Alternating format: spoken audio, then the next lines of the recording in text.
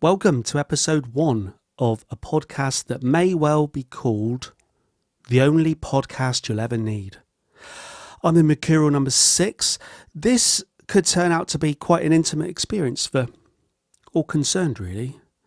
I've done a fair few videos on YouTube where I sometimes get criticised for being too full on, for being too leery, but I've always said that I want to see people, I want to watch people, I want to choose, I choose not to run. I choose to watch people who make an effort, who look like they want me to watch them. And perhaps this is a place for more intimacy between you and I. We don't have to make so much of an effort together. We'll see how it turns out over time. Today's drink of choice is tea. So if you can get yourself a cup of tea preferably in a large white mug with cats on it, basically a bucket of tea rather than a cup of tea, then we can be intimate together. I haven't quite got the format down yet, but I thought we could hang each podcast episode on an album. So episode number 1, Rock and Roll Mercurial Nightclub. This, and I've got the album in front of me, as a kind of guiding factor. This is Mac DeMarco's album, Rock and Roll Nightclub. The reason I picked this album was because it's the idea of someone creating something personally, intimately, in a confined area, doing it all themselves. Whether that's how Mac DeMarco recorded that album or not, I like to think the Rock and Roll Nightclub is almost a demo. And so for episode 1, I wanted to concentrate on the idea that music has to initially be created kind of within yourself. So all your favourite artists, whatever eventually is out there on the airwaves, it originated within them. And if you rewind time, there was a time when they didn't even know that the music existed within themselves, and they certainly didn't know how to put it out into the world. So let's rewind time and talk about that. And don't fret, I buy autobiographies. Some of my favourite books over my lifetime have been autobiographies or biographies of famous bands, famous musicians. And I must admit, I'm not ever too interested in the kind of origin story. It's like the advice you get about writing novels. The advice is to start your story as close to the end as you can. And there's something to be said for, if you're going to write a novel, write your first draft and then cut out the first 3/4 of it. And to be perfectly honest with you, that could probably apply to YouTube videos and podcasts as well. Whether I heed my own advice, that's an interesting one. But as this is an intimate setting, we can just talk. I've got quite a few biographies, autobiographies, famous artists, Frank Sinatra, Keith Moon, and they'll always have the first section of the book. It may well be a lengthy section of the book where it tells you about their childhood, their school life, everything that builds up to the point where I really become interested. Now, it's not always the case that I'm not interested. John Lennon, Paul McCartney, I visited their childhood homes. I've stood in the room where Lennon and McCartney wrote their early songs. But I suppose even at that point, even though you're talking about school days,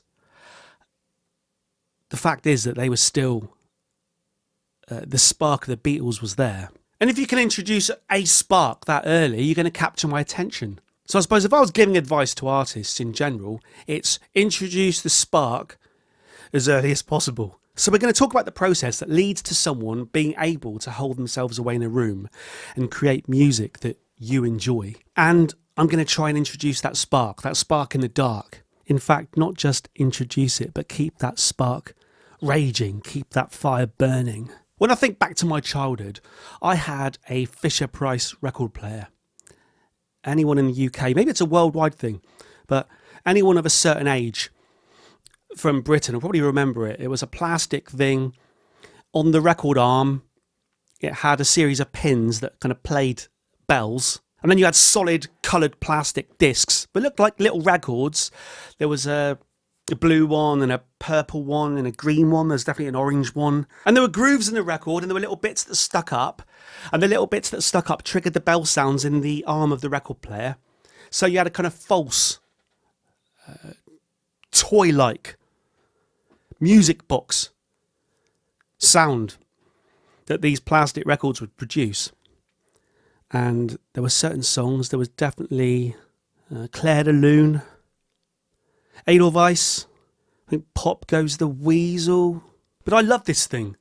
And although when I talk to people about my childhood, I kind of say that surprisingly to them, I wasn't really that into music.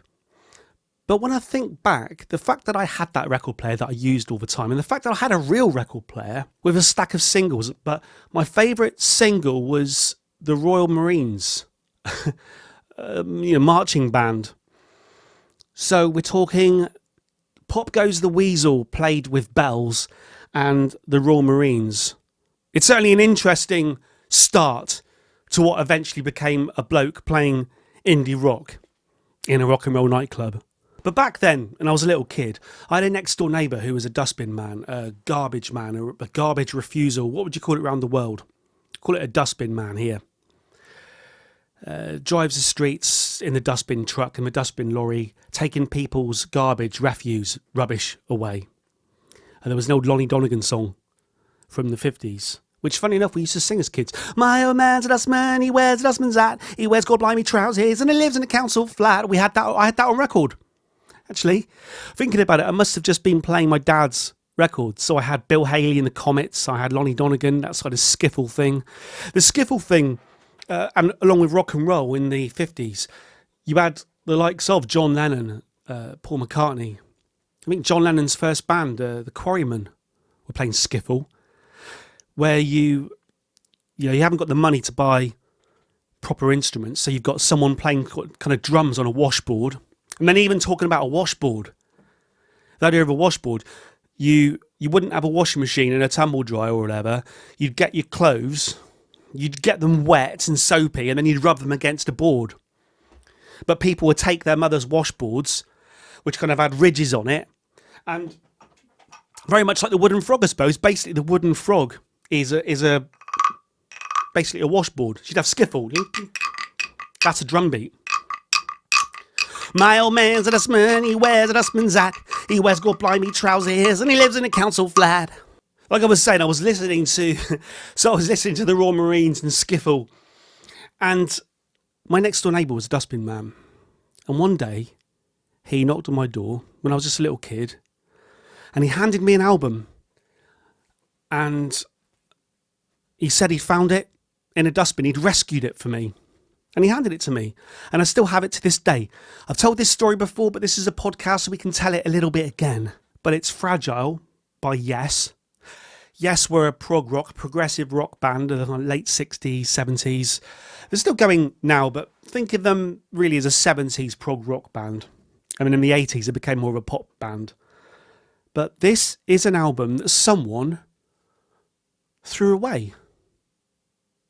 And it's a first pressing. It's a very original. The very first time this record was ever made in the factory. This is it. Given to me, well, I'm showing my age here. Given to me a long time ago. And it is therefore I consider it, although I had singles lying around that I used as toys, the Royal Marines Marching Band or whatever, I consider this to be the first album I've ever owned. And it's quite nice that through all the various moves of houses and everything I've been through in my life, this album is still with me. And for that reason, I consider it to be one of my favourite albums. Now, it could be one of my favourite albums because it created such an impression on me at such an early age. If I said to you, you must go out and listen to Yes, Fragile by Yes, there's no weight attached for you. You might just hear it and go, yeah, what's the big deal? Mercurial number 6. But to me, it began to change things. I began to see the possibilities of music. So before Fragile by Yes, I was listening to like Disney's Jungle Book album, Jungle Book songs and various other Disney songs. Never smile at a crocodile. And we are Siamese if you please. And all this sort of stuff. And afterwards, I was listening to I'll be around about. The words will make you out and out. I was listening, such a change. Going from a lion or a bear singing about honey to John Anderson singing like an angel. But in terms of a good start for a kid, to be handed an album that has a fantastic album cover. Go out and sort of Google it or whatever. Have a look at it for yourself. It's a piece of artwork by Roger Dean. It's fantastic. And to be fair, the packaging, in terms of like your first experience of what an album packaging can be like, when you open it up, it's got the lyrics, it's got a booklet, it's got more artwork inside, and the music itself is, well, it sounded like it was from another world, which kind of fits with the album artwork really. It's like they're escaping the earth on the album artwork. Especially when you look at the back of the album, where you can see them kind of going away in their space sailing ship while the planet Earth just disintegrates. But the music itself certainly sounded to a kid like it was from another planet. And funny enough, although, and I've said this before as well, although a lot of albums of that era, you can listen to them today and go, wow, they still sound fresh and vital. I thought that Fragile by Yes sounded strange and otherworldly at the time, and even today when I hear it, it still sounds otherworldly and of another time. Let's go back to our Mac DeMarco rock and roll nightclub analogy here. So we're talking about what ends up, take your favourite artist, your Kanye West, or your Mac DeMarco, or whoever it may be. What produces somebody able to take sounds out of their head, or even wants to take sounds out of their head, and put them for the very first time, their very first stab at it, because everyone has to start somewhere. What separates those people who can do that from the general population who don't want to do it or have no interest in doing it? If you were going to interview famous artists and you ask them the question, what is the music that inspired you or triggered this in you, what you've become? It's a difficult question because the things that inspire you probably come later. Those that say that Skiffle, the Jungle Book, the Royal Marines Marching Band and Fragile by Yes truly inspired them by the time that they're then making music, it's not impossible, but it's unlikely. What happens is those early musical memories probably just, they're like the foundations of the house. So when someone says what inspired you, Mercurial number 6, it's not necessarily the foundations, it's the walls you built after that. And later on, it's going to be the taps and the crockery that you buy and the artistic radiators you hang on the wall. That's the real kind of meat and potatoes of it. So we forward through time a bit. And I think as a child, I was only into music as much as the next child was. So we were all together dancing to Michael Jackson's Thriller and Ghostbusters and Olivia Newton-John or whatever at school discos. It didn't feel to me like I was hearing anything more profoundly than anyone else was. But there did come a time, and it was Aha, and that's a Norwegian pop band, bigger here than I think anywhere else in the world. But they had a song called The Sun Always Shines on TV. Now, most of the world will pick Take On Me by a-ha as their kind of greatest song, and it probably is. But The Sun Always Shines on TV. I'm watching the video as a kid, and it's like a black and white one, lots of mannequins in it. And hearing that music, and it was quite profound. It really hit me, and it made me realise that music can definitely influence the soul. Music has the power to move people. I suppose more than that, I realised that music had the power to move me, and it spoke directly to me. And it may be that when you listen to your favourite artist, insert name here, that the reason that they are your favourite artist is because you feel like they're speaking to you, or they're producing a sound that feels personal to you. But with The Sun Always Shines on TV, it was a combination of atmospheric pianos and driving drum beat, but mainly Morten Harkett's voice. And funny enough, when we talk about lyrics and how important lyrics are, to me, lyrics can just be another part of the toolkit, another sound. You can enjoy a song without dwelling too hard on what the lyrics mean. You can just enjoy the sound of it. And it can probably, I found over the years that music and lyrics can move you to the core of your being without you necessarily understanding what the artist's actual intention was. And it's funny that it's only in recent years that I've properly read the lyrics of The Sun Always Shines on TV. Now, it's quite obvious just from the song title alone, The Sun Always Shines on TV. You know, you're looking through that glass screen and everything can look rosy. But in your world, it could be dreary and raining. Every day is like Sunday. But you read the lyrics of it, and that's one of the things I love about all music, but especially upbeat pop music, right? Because, you know, rock music, and if you've got a song called Every Day is Like Sunday, or you've got some thrash metal or some heavy metal, or you can anticipate that those lyrics are going to be downbeat. But there's something really great about downbeat lyrics in upbeat pop songs, and it's done all the time. And I've got to say, it certainly is the case that it is more difficult to write a genuinely happy song than it is to write a sad song or a downbeat song. But the lyrics to The Sun Always Shines on TV. I reached inside myself and found nothing there to ease the pressure of my ever-worried mind. Oh, miles are wasting away. I fear the crazed and lonely looks the mirror's sending me these days. I fear the crazed and lonely looks the mirror's sending me these days. It's just looking in a mirror.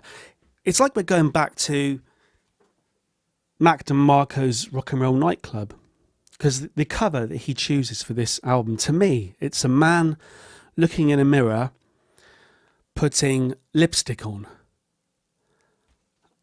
Now, that will mean something to him. I enjoyed the fact that in the late 80s, I was listening to a seemingly upbeat pop band producing the profound. But that was the admittedly slow start to a musical journey. I then bought, I think it was, now that's what I call music 11. You can probably Google it and find which one I'm talking about. I think it had I Should Be So Lucky by Kylie Minogue on it. Heaven is a Place on Earth by Belinda Carlisle. But it had on it White Snake's song, right? Give Me All Your Love. Give me all your love tonight. Give me all your love tonight. I'll do anything you want. Just give me all of your loving tonight. Now, I heard that song and I was so used to listening to nothing but pop music. Because I was a kid. Ghostbusters, Michael Jackson, a-ha, whatever. And this rock song was sneaked onto this album. It must have made the charts at the time.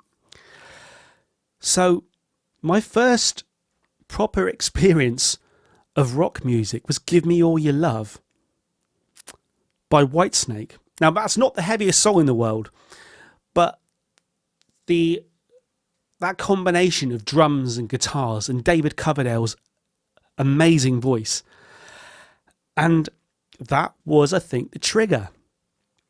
Everyone's going to have a trigger, right?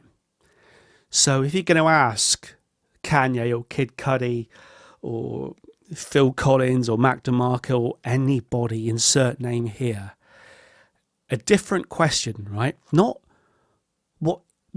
necessarily what influenced you or what music did you grow up on as a child. What was the trigger? What was the trigger? And I've just mentioned them. Maybe there's a few over the years.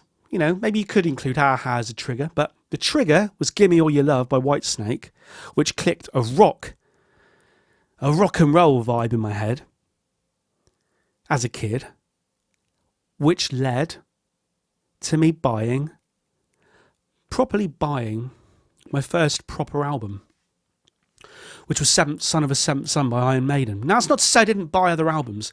I bought Phantom of the Opera for my mum for Christmas one year.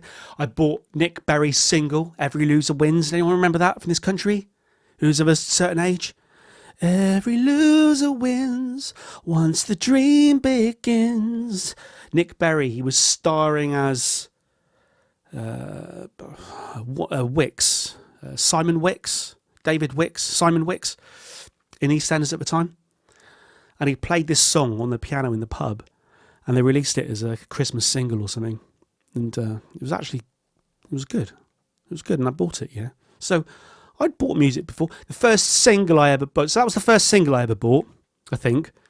Nick Berry, Every Loser Wins, right? I shouldn't be admitting this, but who cares? And then the first single that I would call, so after the trigger, so that was before the trigger. You got before the trigger and after the trigger, right? Before the trigger, before Give Me All Your Love by Whitesnake, I was buying Nick Berry's Every Loser Wins. Google it. Just Google it. It's a lovely song, right? You know, whatever. Shut up. And then you have After the Trigger, where I bought Your Mama Don't Dance. Your mama don't dance and your daddy don't rock and roll. Your mama can't dance and your daddy don't rock and roll by Poison. So, you know, it's all up for laughs and everything. But the first album that I consider that, it was the first album I bought, was Seventh Son of a Seventh Son by Iron Maiden on cassette tape. And that was a life changer because I bought it because someone else said it was good. And I'd never heard a single second of them before, but I bought it and I put it on, and it was a shock because Bruce Dickinson's voice, he's the singer of Iron Maiden, I'm used to it now, the world's used to it now, but at the time it hit me. I didn't know what to expect, and it really truly hit me. He's got what seemed at the time was such a strange, powerful vibrato to his voice. It was like nothing I'd ever heard. And to some extent, it's still like nothing I've ever heard today, because he's one of those guys that you only have to hear a few seconds of him singing and you know it's Bruce Dickinson. And I've quite often said that when it comes to great singers, if you can hear 2 or 3 seconds of any of their songs and you know immediately who it is, I'd consider them great. That contrasts with your American Idol, X Factor voice singer, who is probably technically better than all the singers we could talk about, famous singers in history, because the standard of your average singer these days is probably better than it's ever been, if you think about it like that. Certainly on those competitions. But I'm not sure you could tell them apart. You're not hearing a Bob Dylan or an Alice Cooper or an Axl Rose, Freddie Mercury, David Coverdale, Robert Plant, Ozzy Osbourne, John Lennon, Paul McCartney, Stevie Wonder, you name them. you can hear a couple of seconds of them singing. And you've got all these great singers now. The world's awash with great singers. But they're not great characters. And they haven't necessarily got the power to move. But I heard Seventh Son of a Seventh Son. And I don't want to over-egg it, but it was quite profound in the way that music is profound in your youth. And if there is an interesting element to take from that, it's that I bought Seventh Son of a Seventh Son on someone else's say-so, and I got it, I played it, I enjoyed it. And I'm now currently running a YouTube channel where people suggest albums for me, and I go, and without ever hearing them, I go there and I buy them and I put them on, and I mainly enjoy them. It's almost like I'm revisiting my youth through you, through your suggestions. Your suggestions, my musical journey. And that's become especially true when it comes to hip hop, because I started this musical journey with Iron Maiden's Seventh Son of a Seventh Son. I realised listening to that the guitar, and specifically the electric guitar, was the greatest sound in the world.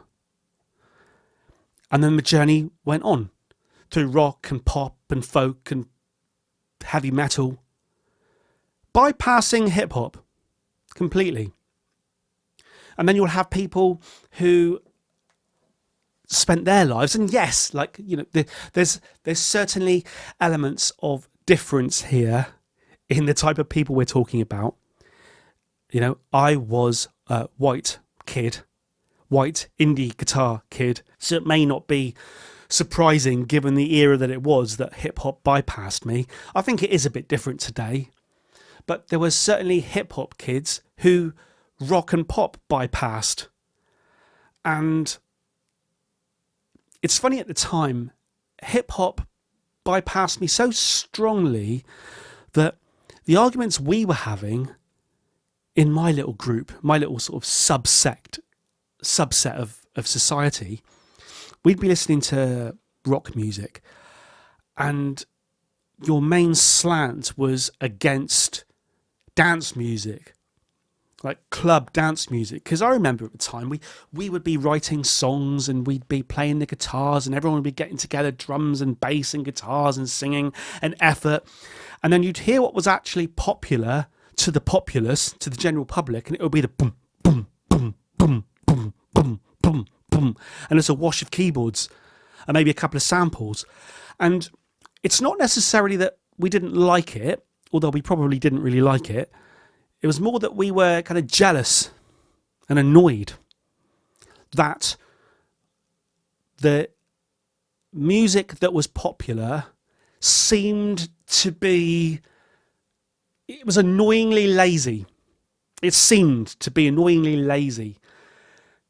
And so we were confronted with, we'd be writing songs and rehearsing songs and playing songs to pubs with people drinking lager, but the general public was sipping water. Let's admit it, doing ecstasy or whatever, but sipping water out of bottles and just waving their arms in the air to.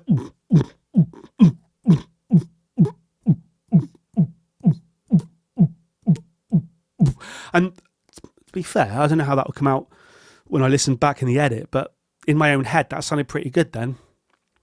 But that's it. It's funny.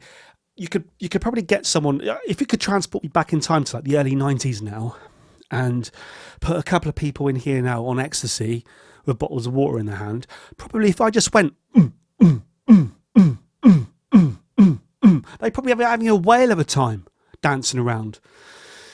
But the thing is, that was quite derogatory on our part, thinking back. And it's funny that your worldview, I think, opens up with age. Now, it doesn't have to, because I've also said quite often what happens is people will get stayed. And the music that you enjoy as a teenager, the music that moved you, and the clothes that moved you, everything that made you who you were in your most formative years, that's quite often what you'll stay with forever. Which is why when I started this channel, I'd have a certain sort of set of people, because I started the channel, the YouTube channel rather. This is a podcast. When I started the YouTube channel, it was kind of like with a sort of guitar related theme, and I had a lot of people that were definitely of the mindset that the 70s produced the best music, 70s rock, and nothing could dissuade them from that. It was the idea that music never got better. Music peaked in the 70s with the Eagles and all these various bands, Deep Purple, Led Zeppelin, whatever. It peaked. And then the youth of today, I don't know what they're doing, and music's gone downhill and it's all a load of noise. And that's an interesting case where even your youth of today who are into the Kanye Wests and the Travis Scotts and Drake and all this, they probably, if you think about it, 95% of them will end up growing up to be people that say to their sons and daughters, your music's just noise. It was better in my day when My Beautiful Dark Twisted Fantasy was out. Everyone's going to become the person that they once hated. So the idea that the people in the bands of the 90s were looking at dance music and going, what the hell's this noise? It's a shame, because now when I look back at some of that music that I wasn't so keen on at the time, for instance, I always quote this one, but 2 Unlimited's There's No Limits, right? We would take the piss out of that one at the time, because there we were trying to write lyrics that meant something and, you know, practicing as a band in a hot, sweaty room. And then you had, I think, a team of 7 people who wrote, no, no, no, no, no, no, no, no, no, no, no, no, there's no limits, no, no, no, no, no, no, no, no, no, no, no, no, there's no limits. And we would, you know, we felt quite justified at the time to say, not subjectively, but objectively, that was shit. But that wasn't the case. I look back and all those things like Ride on Time by Black Box and all these songs, the sort of iconic dance songs, Wigfield, Saturday Night. It's not really dance music, but we're talking the idea that people that were making rock music were being derisory about pop music. I remember I was in this band at the time, and one of our sort of collective friends, a friend of the band who wasn't in the band, and we considered that he had no music taste whatsoever. He came up and said, "Oh, there's this brilliant song out at the moment. It's about being too sexy for your cat and too sexy for your shirt. It's brilliant." And then we heard it and we were like, "You've got to be kidding us. You've got to be kidding us. You think that's brilliant?" With the power of hindsight, he was right. Right said Freds, "I'm too sexy. I'm too sexy for my shirt. Too sexy for my shirt. So sexy it hurts. And I'm too sexy for this song." It's great. But you have mindsets. So I know we're going around the houses here, but I'm just trying to pull together the ideas that you just have to be very careful when you are certain that something's not worthy of your time. Because in actual fact, you can pull influences and things that are worthy of discussion from anything and everything. Art. That's what art's all about. So in the same way that someone would hear and think, well, I'm not even going to give that the time of day. That's the same as someone who would look at the urinal in an art gallery, the fact that the artist has just placed a urinal there and given it a title, and because he says it is, it's art, and they'd walk up to it and go, that's not art. Or Tracy Emin's bed, she exhibited her unmade bed, with some probably used condoms or whatever on it. People would look at it and go, what the hell's that? Damien Hirst would saw a cow in half, or a shark in half. And people, it's through history, people do things. And it could be that people are doing things on purpose. Like, it could be that the artist himself doesn't really think it's good, but he's just playing the system. So he does saw a cow in half and exhibit it. And I say it's art. It's art. But in some respects, it doesn't even matter whether the artist truly believes in his art. It's a strange one. Because people can find value in anything and everything, it doesn't even matter if the musician himself thinks... There's something strange, right? When you read an interview or a biography or an autobiography or just an interview in general with your favourite artist, who they're asked a question. John Lennon used to get asked this a lot in the 70s when he was in his Beatles hating phase. And the question is, what's your worst song you've ever written? And someone like John Lennon would criticise a lot of the Beatles songs and say the majority of them are all shit. But when an artist does, they pick a song or an album. What's your worst album? And they'll pick an album and they'll say, yeah, I hated that album. It was rubbish. And then it kind of hits you to your heart, because your favourite artist picks an album that's your favourite album by him. It's really annoying. It's really annoying because you have invested part of your own soul into that music. And then you hear that the person who created it didn't value it. And you feel like you've been made a fool of. But you've got to spin that on its head. Just remember, everybody lies, for a start, but everybody talks bollocks. And also,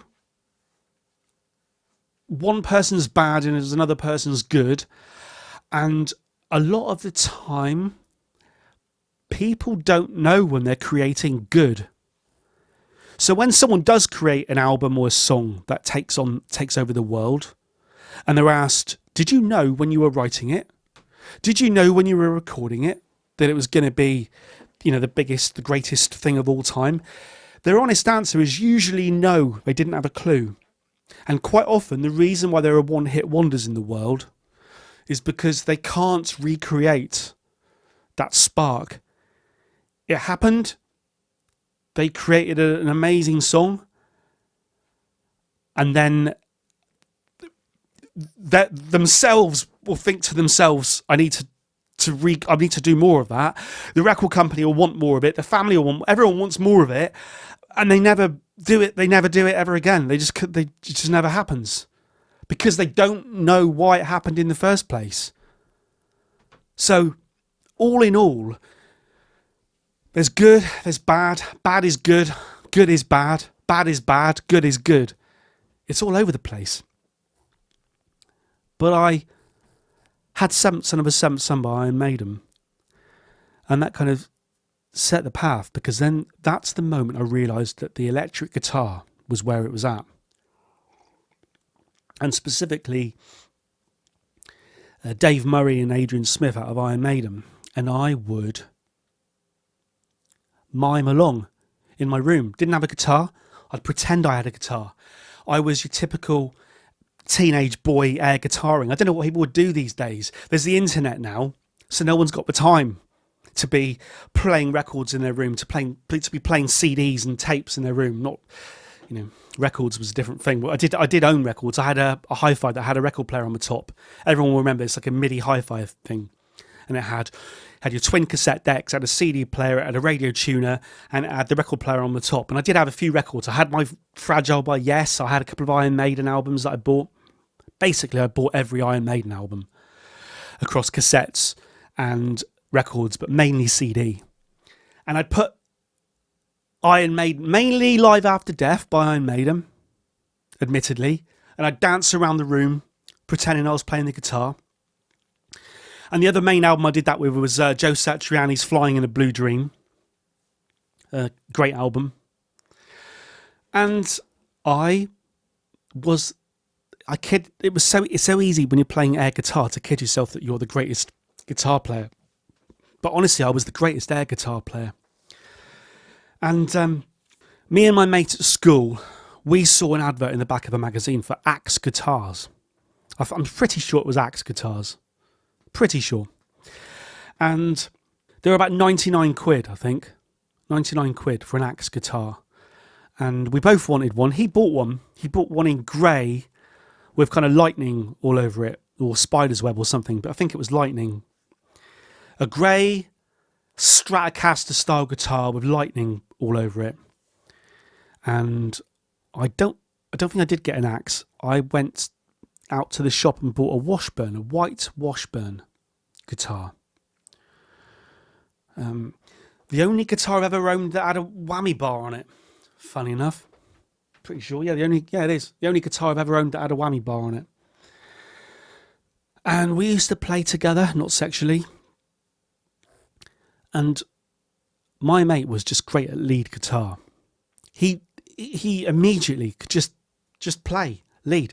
We'd buy books, Metallica books, or I think Black Sabbath. We had Iron Maiden, Black Sabbath, guitar tab books, and he would just see the guitar solos in tab and just play them. Just brilliant.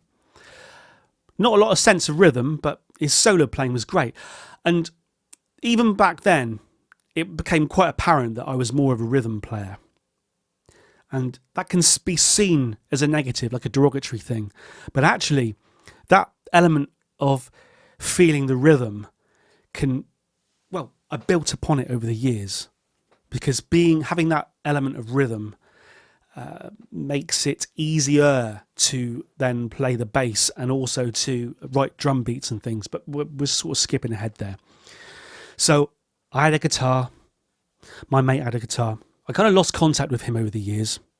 So I was left with me and my guitar. And I would primarily carry on playing air guitar, but with an actual guitar in my hands, not plugged in, just pretending that I was playing Flying in a Blue Dream or the Live After Death Iron Maiden album. And I'd pretend I was singing as well.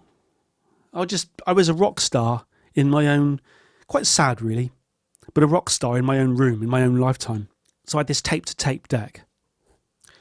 And I bought just a tape player.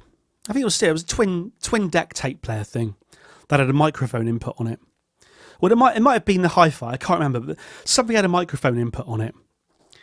And the thing was, back then I didn't own a microphone, but a microphone is the same thing as a pair of headphones. With headphones, the sound comes out of the speakers into your ears, and with a microphone, it's the same thing, but you speak into the speaker, which produces the electric current, and it's exactly the same thing. So technically, I've taken my headphones off now, right? So I'll take my headphones off, and I will now I'll unplug my headphones that I'm wearing for this podcast. I will plug them into the input, into the microphone input. If I speak into the headphones, right? Let me turn the mic off, right? The mic's off. So the microphone's off, and I'm now speaking into the headphone. Now technically, I can't hear it here and now, but I'll know in the edit, this should be working as a microphone. And it's this simple. And I spent a long time creating songs, which I'll talk about in a minute when I've plugged the mic back in, just singing into a pair of headphones. So now I'll just put the headphones back on. Turn the mic back up. There we go. So the mic's back up. So I would use the tape-to-tape process of having twin cassette decks. And this is quite hard to explain to the youth of today now, right? Because you don't have tapes anymore. But you used to have cassette tapes. And we used to have double cassette players. And the reason for that was that basically you could copy tapes. So you had two cassette decks, which opened, put a tape in each one. In the left-hand side one, you'd put the one with the music on it. And in the right-hand side one, you put a blank tape, shut them both, press play on the left one, record on the next one, and you'd record Metallica across. And that was the whole copying of tapes, the whole pirating of music, which wasn't such an issue back in the days when you had vinyl records, because you couldn't pirate vinyl so easily. But once you had cassettes, you could copy records onto the cassette, and you could certainly copy cassette to cassette and CD to cassette. And that's what these double tape players were for.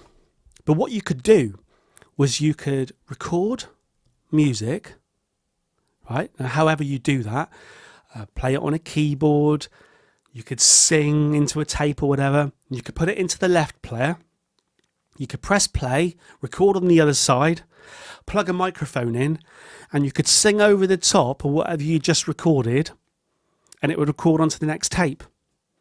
And you could do that again and again. Now, the quality would get worse every time, significantly worse every time. But if you didn't have any equipment and you didn't know what you were doing, which no one did, you could, using a twin cassette deck and a bloody pair of headphones, you could create music. And what happened then?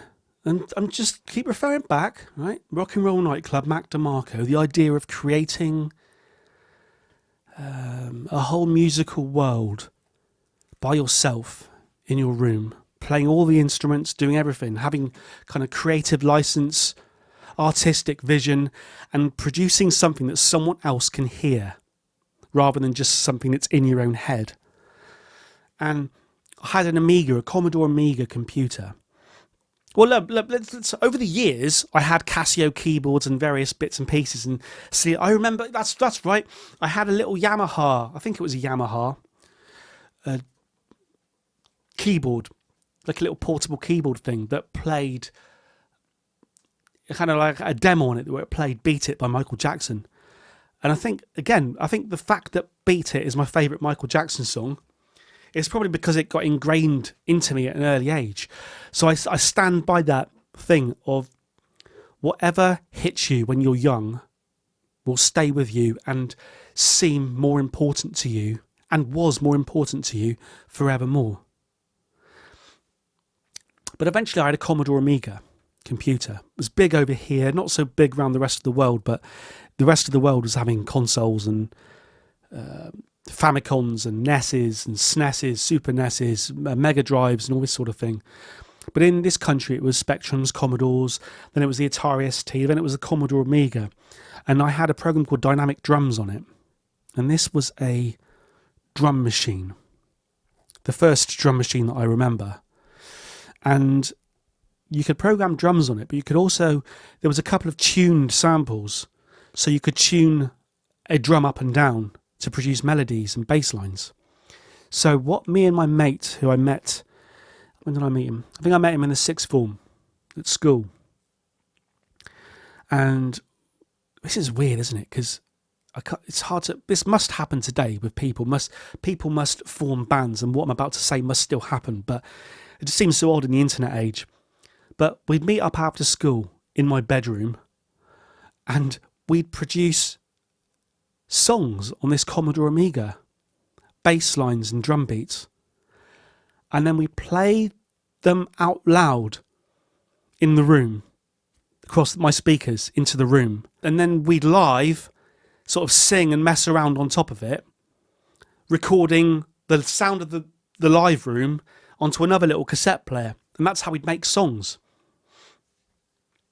So that's kind of live in the room demo. So we're nearing a Rock and Roll Nightclub vibe going on here. Kind of two-man band. It didn't take a lot to become more serious,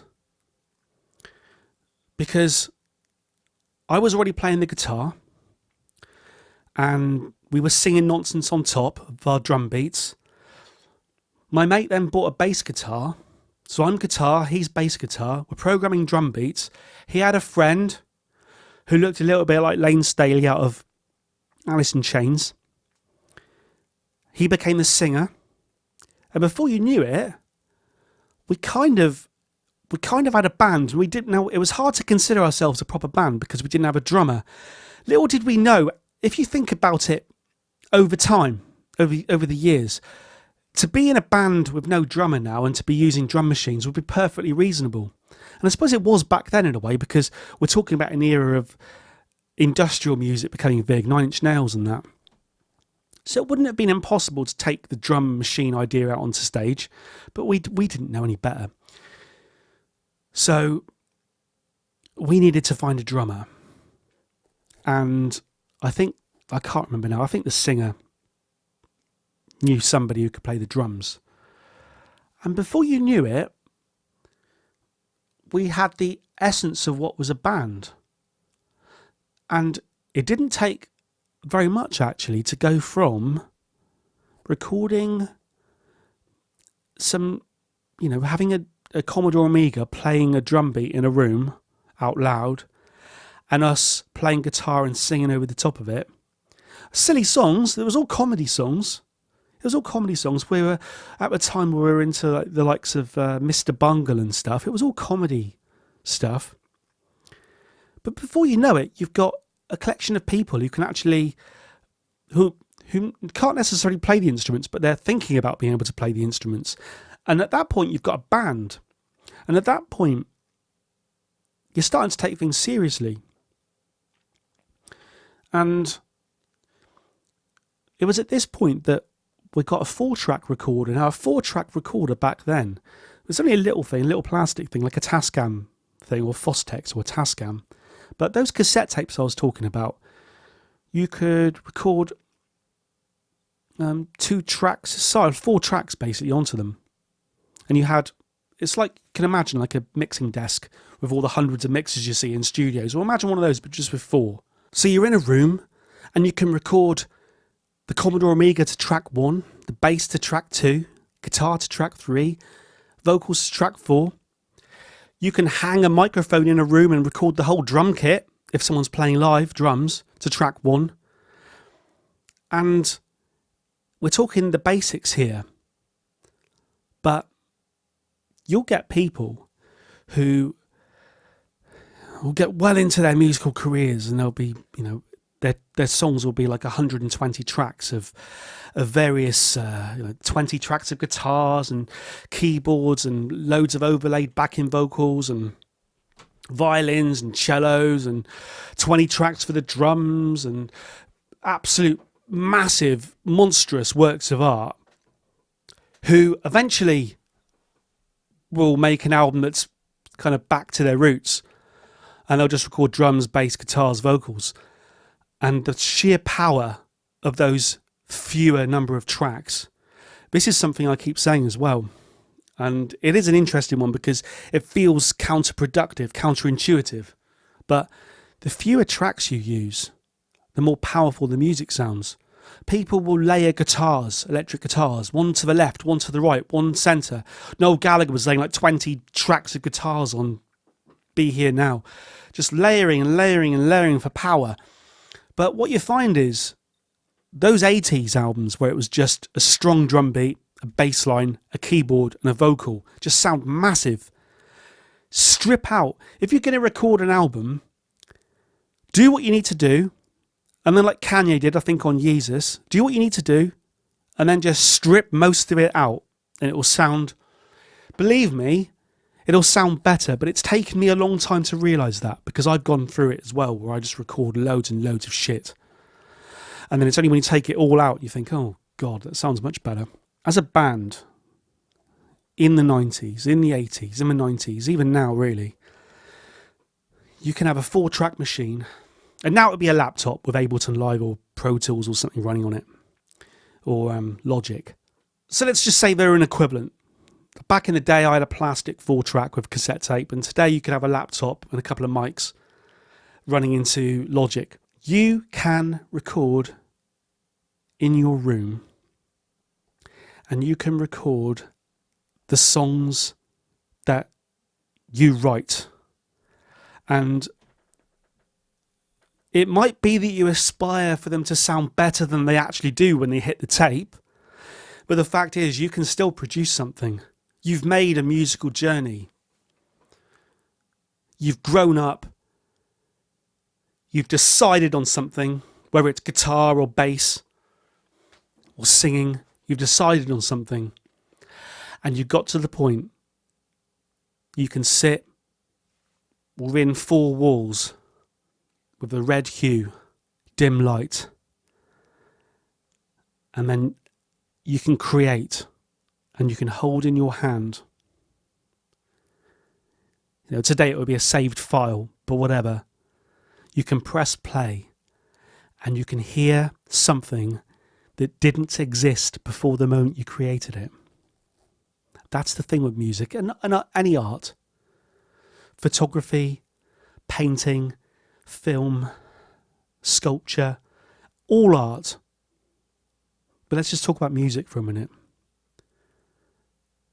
You can press play and something that didn't exist before you decided to create it plays. And if you take that to the level we were talking about earlier, someone can do that, and it can be in your room.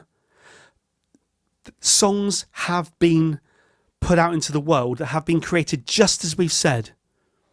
As simple as a computer playing a drum beat and some people messing around on top on 4 tracks. Right? Mike Skinner recorded the Streets debut album, Original Pirate Material, in his cupboard, in his room. Even what we're talking about now can be put out into the world. And it can just rise. It can just be something. It becomes its own entity. It's like you create it, like Frankenstein's monster. You unleash a beautiful butterfly into the world and it flies off. And everyone's looking at it in awe. But you just sat in your room and before you pressed record, nothing existed.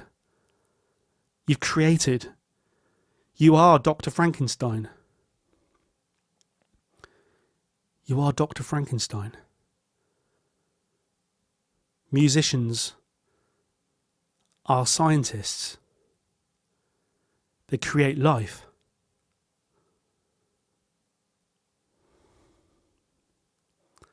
Well, I think we'll call it a day there, my mercenaries. That was the first episode. Episode 1, Rock and Roll Mercurial Nightclub. So you've got Mac DeMarco to thank for that one. If you enjoyed that, let me know. We'll see what happens. Perhaps this will be an actual podcast out in the ether, available to be streamed in your kitchen or in your car. No need to look at... I don't think any visuals were necessary for this. This was just me talking.